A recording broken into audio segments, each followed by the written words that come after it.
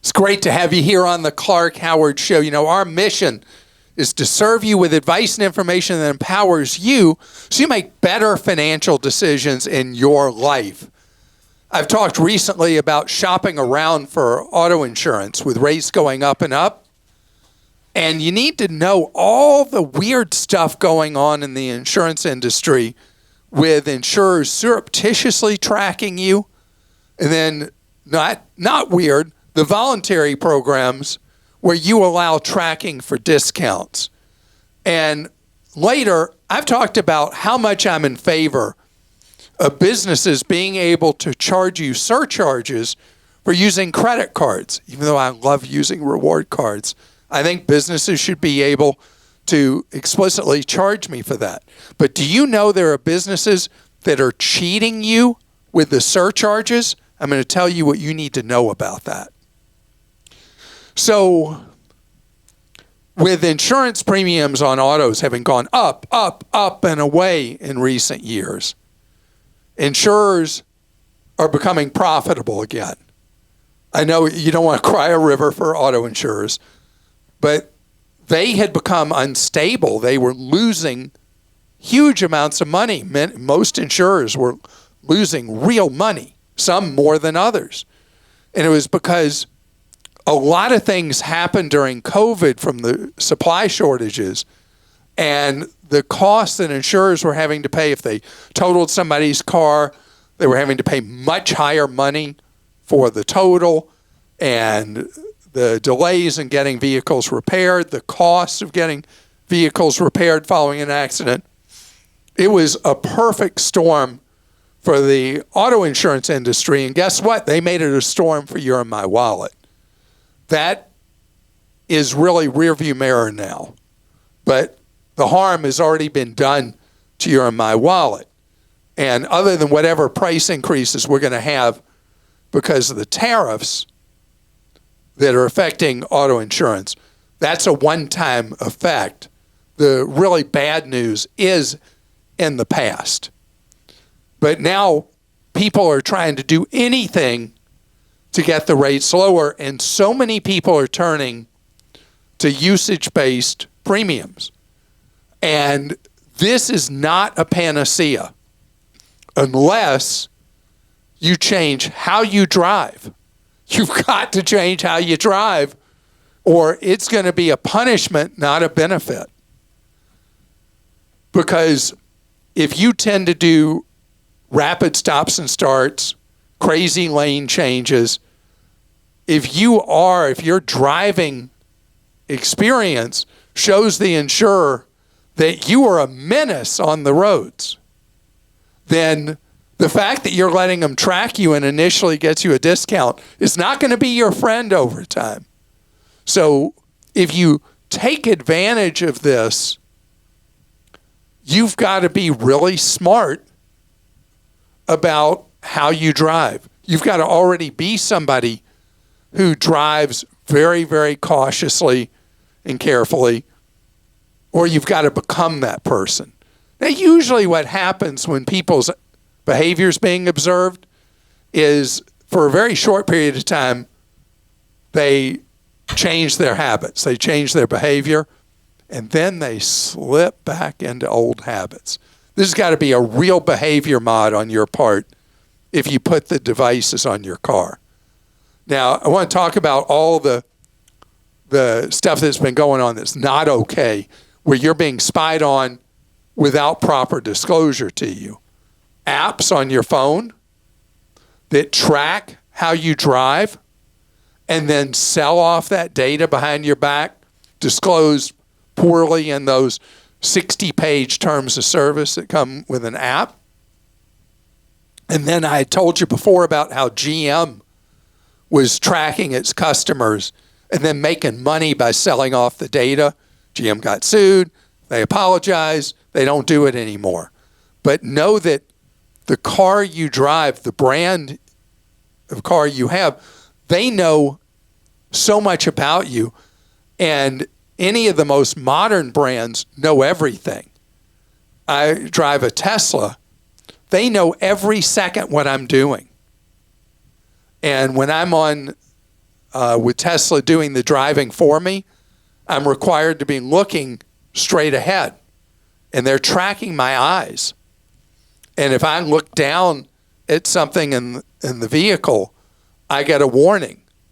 And if I do it again, they, for the rest of that drive, take away automation from me. And I'm like a real driver like the old days. But there is so much spying there. And you just got to know that there's a lot of things happening, like the thing I told you about with Allstate, where Allstate got sued by the state of Texas because they were spying on people's driving without disclosing it and using it surreptitiously to raise your rates. It's one thing to tell you and use that as a way to set your rates, and you choose, that's okay.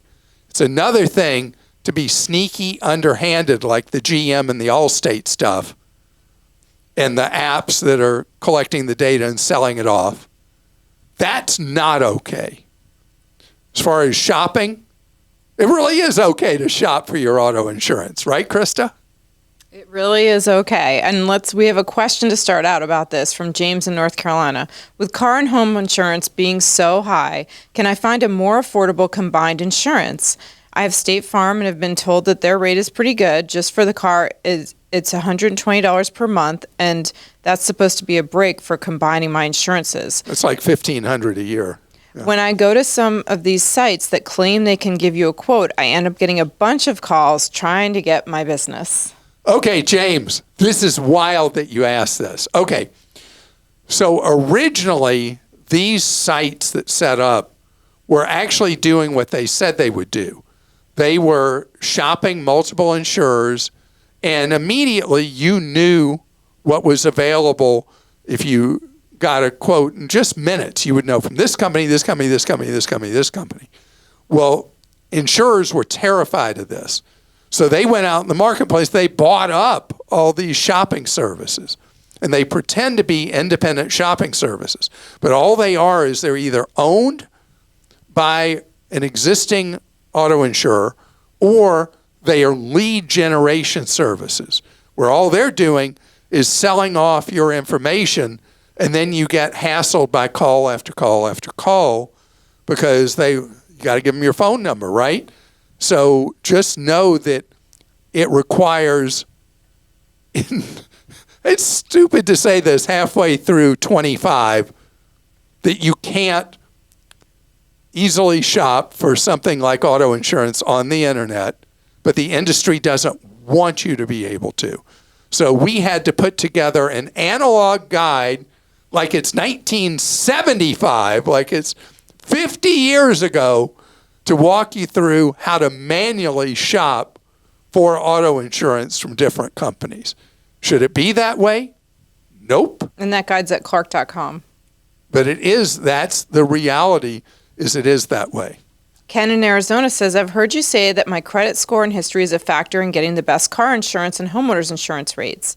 Once I'm established with an insurance company, if I normally keep my credit frozen, do I need to thaw it before each insurance renewal, or can they gather enough information on my credit while my credit is still frozen?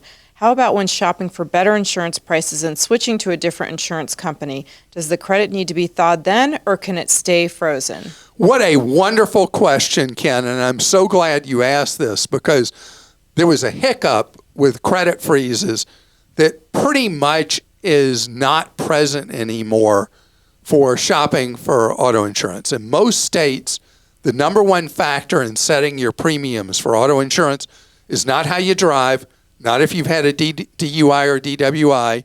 It is what your credit score is, what your credit looks like. And so the industry recognizes, as do the states, that it is common now that this is used. It's also much more common than it used to be that people have frozen their credit, which we all should do.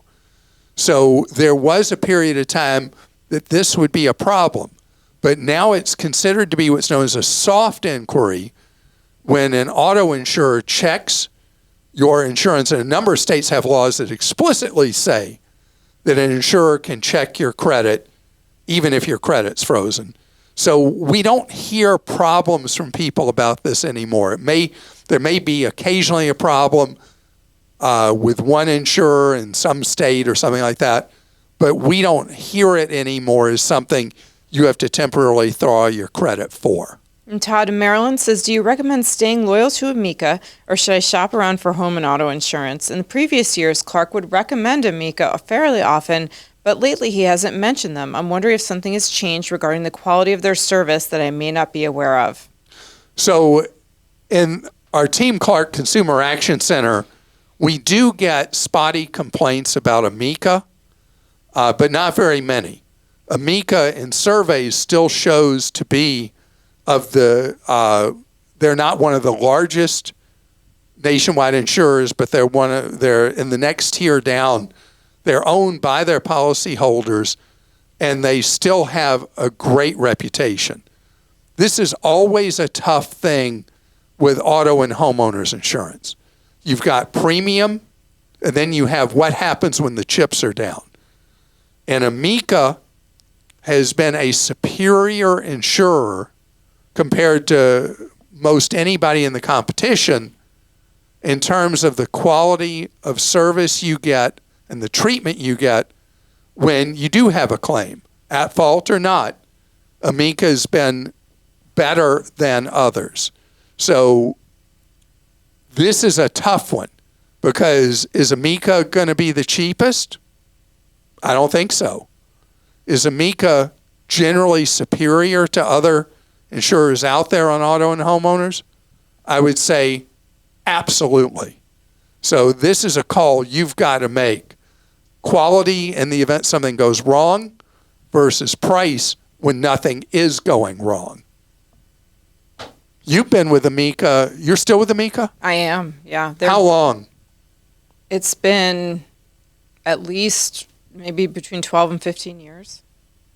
And do you ever freak out by the premiums that show up? I mean, they're not cheap, but I feel like they've been amazing when we've had a problem, so.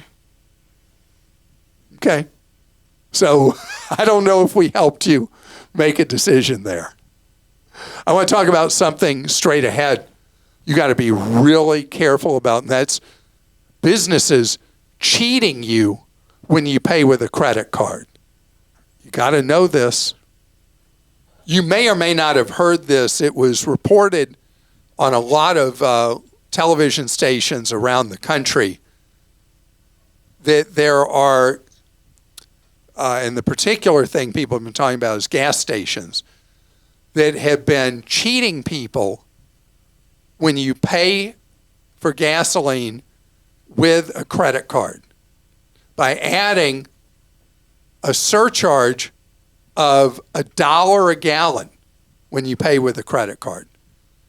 Now, under the rules that that merchants have in most of their contracts with credit card companies, they can pass on their costs to the customer, but they can't use it as a profit center.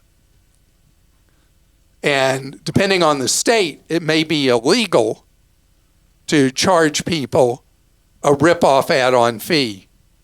But you're the one who's got to know that there are people that are taking something that I believe should be the right of a business to not have to swallow whatever ripoff charge a bank crams down their throats for taking credit cards, and in turn pass on the fees that they actually pay that are profit destroyers for business.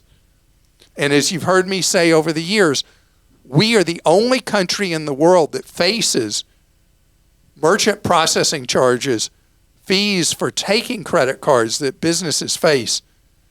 That's why we've got all these crazy, wonderful reward cards, because the banks are ripping off the businesses that accept their credit cards, and they act as a cartel. So I'm in favor of businesses being able to pass on the fees. And then I have to choose. Am I going to pay with a credit card or not because of the cost that retailer or restaurant or whoever gas station is facing. This is a whole different thing when a business rips you off by charging a huge additional amount. I was driving on an interstate recently, and there was a sign flashing with a low price for gasoline on regular gas. And then it would flash again, and it was this crazy higher price for credit. Just so price was first cash, then credit. So what should the difference be? If they're only passing on their costs, figure about 4 cents per dollar of the cost of the gas. So if the gas is $3, that would be 12 extra cents. But that's not what's going on. That gas station operators have been charging much, much more. And you got to know this is a ripoff going on. And you're the one who's got to be your own police officer at the pump or anywhere else where they add on a surcharge. There's a pizza place. I can eat pizza very sparingly now, unfortunately, after having had my heart valve replacement. But they have what they do is the price that you see on the menu. I'm not looking at a paper menu. I'm looking on the at wall. a wall. Yep, as any good pizza place will have. Yep. Yeah, so I look up there. The price you see up there is the price if you pay by credit card. Mm-hmm. And then if you pay by cash, suddenly you're paying less. You feel like you're getting a deal. That's right. That's right. I like that. So there's always that thing of marketing. So you say, here's the price. But if you give us cash that we're probably not reporting to the IRS, allegedly, you get this lower price. All right, let's go to some questions. Trudy in North Carolina says, there's so many choices of credit cards, i.e. miles versus money. I've gotten a few cards, Delta and American Airlines, that gives me a bonus on miles if I spend X amount of dollars. The problem is... What they're talking about is when you sign up for it, the sign-up bonus, right. yeah. The problem is what to do with the cards after I get the bonus and the free year is up.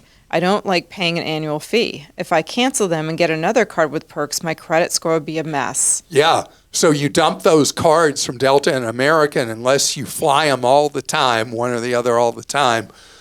And what you do instead is now there are usually cards you can get fee-free that for the tie-in between the credit card issuer and the airline that do almost nothing for you, but you still keep the credit active and you're not paying the huge annual fee you now have to pay going forward.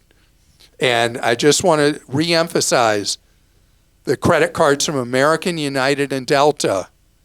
It is the rare person that benefits from them. And I see people using them all the time. To really make them work, you got to travel at least more than once a month on that airline. And you have to have a big charge volume on the card in order to make it worth having and paying, because most of the airline cards, the captive airline cards, have extremely high annual fees. Vicky in Florida says, I truly appreciate all the advice I've received listening to you for many years, especially when it comes to travel and how to save money. My husband and I are retired, both from the Army, and traveling a lot, especially since both of our daughters are active duty in the Army, and one is moving to Germany this month. My goodness, what a family of service to this country. Wow. And when the daughter moves to Germany, along with our grandkids. This time I have a hint for you that I really recently learned about by accident, and it's going to save me a lot of money. Although I know you don't like spending money for business class, after many trips of arriving early morning and expecting to start the day full blast, I'm happy to pay for that lie flat seat so I can sleep on the trip.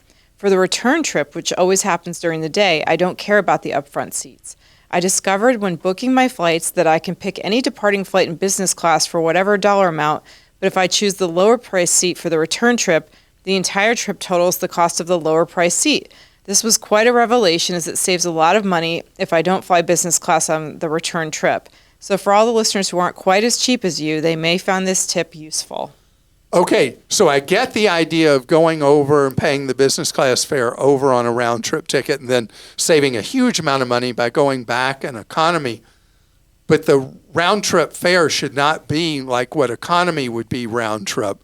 I think you found a fluke or something very lucky. I want to give you a tip since you're happy to fly economy if it's not an overnight flight. Do you know there's more and more flights from the East Coast of the United States to Europe that are daytime flights? So you get to Europe in the evening, you go to your hotel, you get a good night's sleep in a big bed, not the lie flat on an airplane, and you save a ton of money, cost of that hotel night versus the cost of the business class seat. So the airlines charge more for those daytime flights in coach than they do for regular overnights because those flights very heavily have business travelers, but they're still a lot cheaper than what business class would normally be. And you get a hotel room, you get 300 square feet. Well, in Europe, you might get 200 square feet. Got a big bed instead of the little bed you have in business class. Just an idea. Arlean in Illinois says, I received a credit card offer from Fidelity with 2% cash back, and I believe the cash back has an option to put it in a Fidelity account. Is this a good deal? And Fidelity, are they in the credit card business now? They actually have been doing credit cards for a long, long time, and I love the Fidelity credit card product. The money can go into a variety of Fidelity accounts. It can go in a Fidelity college savings plan, 529 plan. The money can go into a Fidelity retirement account, can go into a Fidelity traditional investment account. 2% cash back, everything you spend. It's a great card. It's one of the ones we have on our great cashback cards list on Clark.com. Different ones for different people's purposes, different situations. But cash is king. Points, not so much. There may be more of the clown prince. So thank you so much for joining us on today's podcast. And I hope your Bastille Day has been wonderful. And know what we're all devoted to, that's you. With a variety of ways for you to be empowered, from free one-on-one advice from our Team Clark Consumer Action Center to our newsletters, our social media, our websites, clark.com and clarkdeals.com, our podcast, our YouTube show, our YouTube shorts, all there, not because I always wear shorts all the time, that means shorter versions of clips on YouTube. I mean, think about it. Why would you not wear shorts? Think how much less fabric's involved, how much cheaper the clothes are. Absolutely. Shorts rock. Should we show my legs to our YouTube viewers? Sure, go for it. You don't think we'll make them throw up? Show them the cargo shorts. See, I'm wearing, these are from Walmart.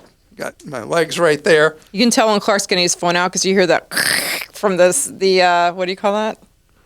From the pocket here? No, but what's that? Velcro. Velcro, yeah. So these are George shorts from Walmart. Uh-huh.